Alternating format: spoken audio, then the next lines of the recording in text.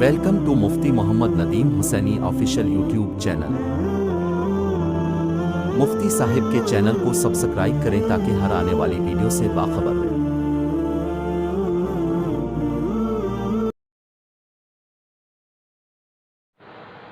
قال النبی صلی اللہ علیہ وسلم کلمتان حبیبتان الی الرحمن خفیفتان علی اللسان ثقیلتان فی المیزان سبحان اللہ و بحمدہ سبحان اللہ العظیم او کما قال رسول اللہ صلی اللہ علیہ وسلم۔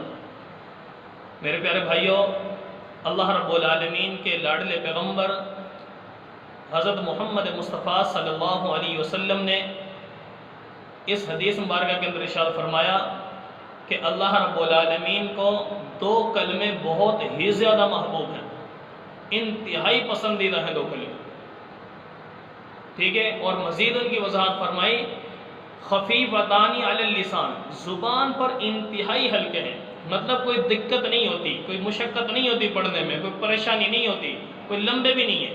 اسی طرح ثقیلتان فی المیزان، فرمایا کہ میزان میں بہت زیادہ وزن ہے ان کا۔ کیا مطلب؟ کل قیامت دن جب اعمال تولے جائیں گے، ان دو کلموں کو اللہ نے بہت ہی وزنی بنایا ہے، بہت ہی وزنی، سمجھ آ رہی ہے؟ تو فرمایا وہ کون سے دو کلمے ہیں؟ سبحان اللہ و بحمدہ سبحان اللہ العظیم۔ میرے دوست، نبی اکرم صلی اللہ علیہ وسلم جو فرمایا، یہ حدیث پیارے پیغمبر صلی اللہ علیہ وسلم کی روایت، یہ بخاری شریف کی آخری روایت ہے، وہ روایت جسے پڑھ کر بندہ عالم کی سند لے کر فارغ ہو رہا ہوتا ہے، آخری حدیث ہے یہ۔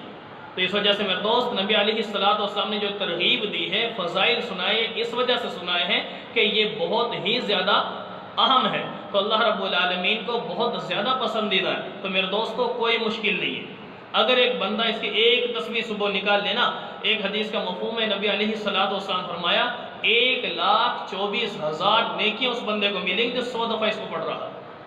تو چند اعمال انسان اپنی زندگی میں ایسے جوڑ لے، تسبیحات جوڑ لے کہ جس سے انسان کل قیامت کے دن اللہ کے ہاں بھاری نیکیاں لے کر بھی چلا جائے۔ ہوتا ہے نا، جیسے انسان کہیں سے کچھ چیزیں لے رہا ہے، کچھ چیز ایسی ہوتی ہیں کوئی کہ مقدار میں تھوڑی ہوتی ہیں لیکن وزن میں زیادہ ہوتی ہیں، اور بعض چیزیں ایسی ہوتی ہیں مقدار میں بہت زیادہ ہوتی ہیں اور وزن میں وہ ہلکی ہوتی ہیں، سمجھا رہی ہے نا؟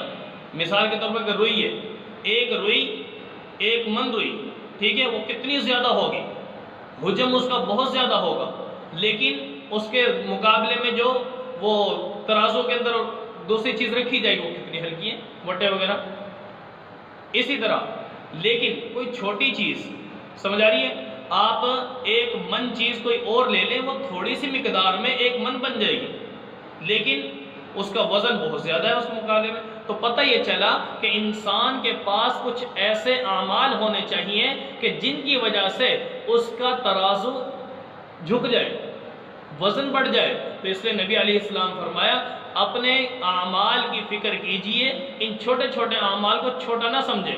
اس لیے علماء فرماتے ہیں کہ بندو، چھوٹے عمل کو چھوٹا سمجھ کے چھوڑو مت، مطلب چھوٹے عمل کو یعنی چھوٹی نیکی کو چھوٹا سمجھ کے چھوڑو مت، اور چھوٹے گناہ کو چھوٹا سمجھ کے کرو مت۔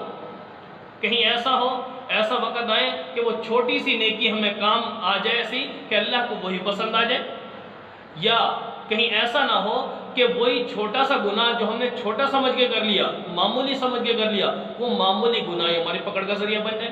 تو اس لیے میرے دوستوں، چھوٹے چھوٹے اعمال ہیں، ان کو اپنی زندگی میں لائیں۔ تو 100 دفعہ پڑھنا کوئی مشکل نہیں ہے، سبحان اللہ و بحمدہ سبحان اللہ العظیم۔ اللہ تعالیٰ ہر مسلمان کو اس تسبیح کو اپنی زندگی میں لانے کی توفیق نصیب فرمائے۔